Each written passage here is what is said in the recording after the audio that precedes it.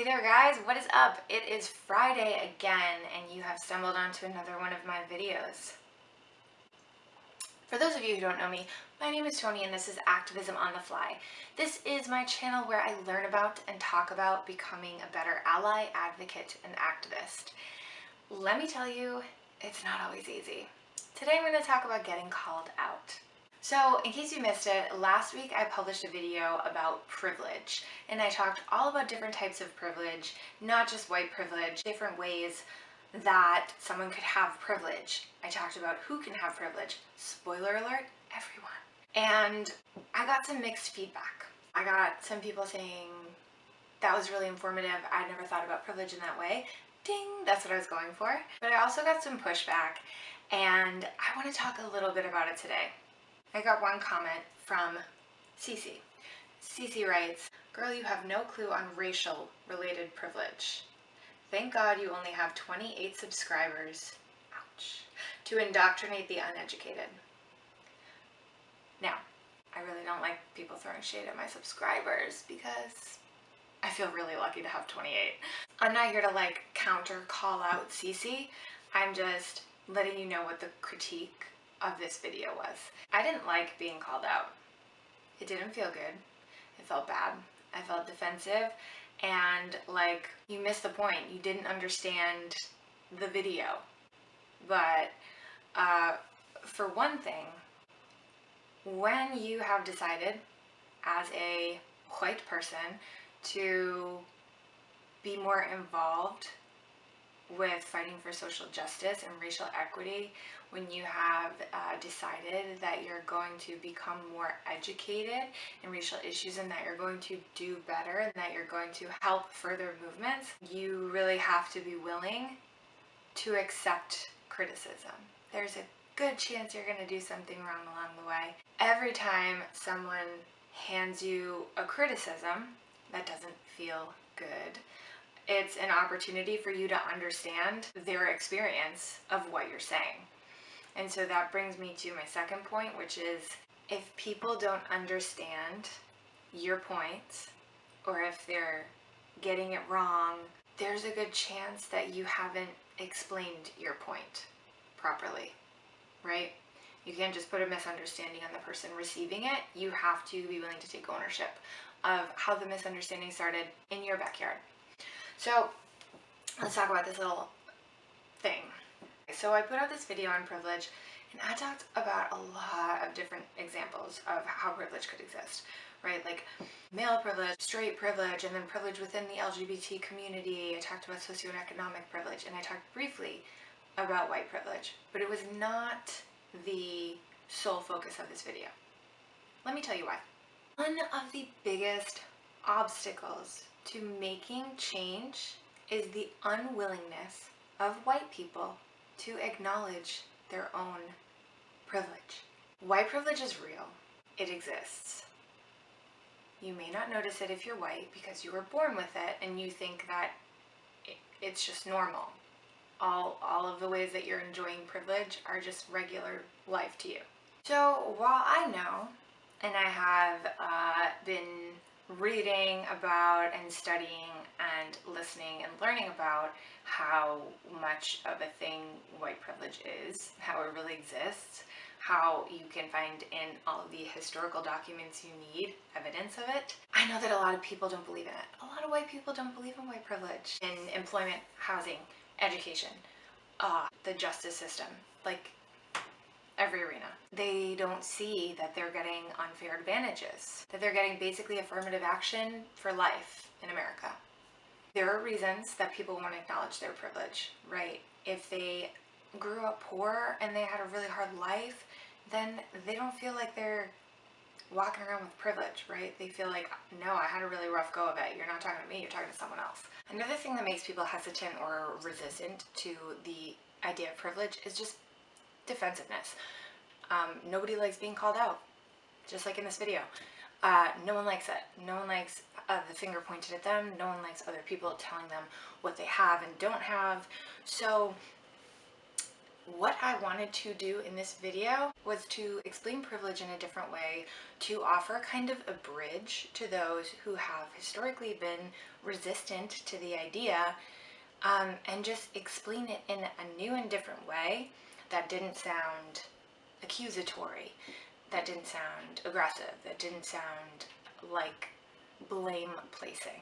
My thinking is maybe people, if it wasn't attached to their whiteness, could look at the fact of privilege in all these different ways and see, oh, I guess people do have different experiences of the world based on who they are. Telling people all the world's problems are not your fault just because you have privilege. Telling people, hey, you're not the only one, other people have privilege too. So it's not just you. All of these things, which are true, might help someone who's felt too defensive to take on this concept, to think about it. And the more people that are acknowledging their own privilege, the quicker we can get on board to changing systemic problems.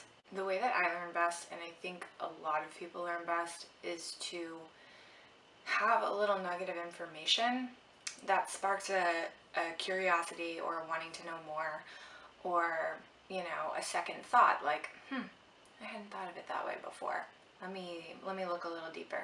My intention with a lot of these videos, and certainly with this privilege one, is to plant a little seed.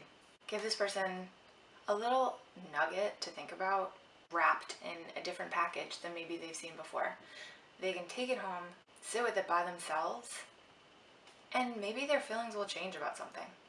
Unfortunately, my message may not have come across the way that I intended for it to come across. And that shows in the criticism that I got from Cece, who felt like I was disputing the reality of white privilege, you know, or that I was minimizing it. And my intention was not to do that at all. It was sort of to build a bridge for people who are having a hard time getting there to accepting the reality of white privilege.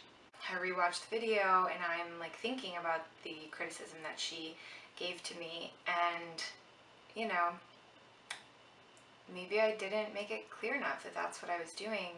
I'm not exactly sure how I would do that, right? Hey, this video is only for people who don't want to admit that they have white privilege. And it's not just for them. It was just a discussion of privilege in general. But it did get me thinking, like, that was kind of the target audience that I had in mind, and why I was explaining it in the way that I was, why I was walking all around the issue of white privilege and talking about every other kind of privilege, is because I wanted to make it more comfortable for someone who hasn't been able to do it to look within themselves and examine their own privilege. But the truth is, who this channel's for is people who have decided that they want to become better activists and allies and advocates, right? People who want to do better and who want to be part of the solution of making positive and impactful change. So I'm not really sure if that audience who would be subscribing, my 28 really awesome subscribers, I don't know if the way that that video was tailored would be appropriate for you. My original thought process was, I've said this before on this channel, I don't want to be talking in an echo chamber ever. It does not move the needle if we're only talking amongst ourselves. Like, yeah, I can't believe people don't agree with us. Like, yeah, sometimes I really can't believe people don't agree with us, but I don't think that that is gonna get more people to agree. So I got a lot to think about. I have heard, you know, through sources that I trust and am getting education from, that, you know, the day will come when someone will call you out for doing it wrong, right? If you're trying to be an advocate or an activist, right, as a white person trying to, you know, be on the side of social justice and race equity, it's gonna happen at some point or another that you're gonna do it wrong. We're learning as we go. So that time came over the weekend. I didn't like it when it happened, but you know what? It's given me a lot of things to think about, and I am thinking hard on them. So thank you, Cece. For anyone else who thought that I came off like a jerk in that video, I apologize. I didn't mean to. I did not mean to minimize white privilege or its effects on literally every facet of American life. So that's what I got. Anyone else have like a really great call-out experience that they want to talk about? What did you think about that privilege video? Did you watch it? Did you cringe? Did you think it was like, yikes, you didn't do a good job explaining that? Did my point come across? Let me know what you think down in the comments. I would appreciate hearing from everyone because, hey, I got some good feedback and some bad feedback, and now I just want feedback. So send me your support and love, send me your hate mail, send me whatever, but just make it constructive.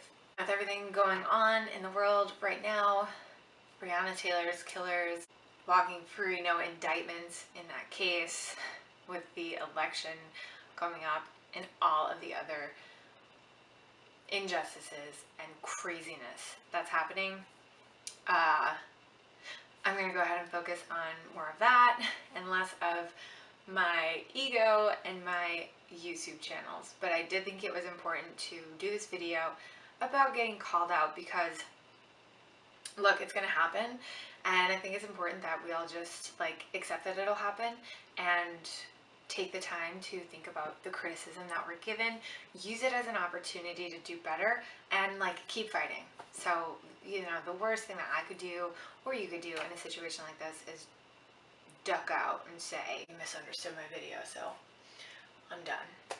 Right? That's foolish. Anywho, thanks for listening. Thanks for stopping by Activism on the Fly. I hope all of you have an awesome weekend, and we'll see you next time. For more activism related content, please do click that subscribe button, and hey, who knows, maybe you'll get some controversy in your feed.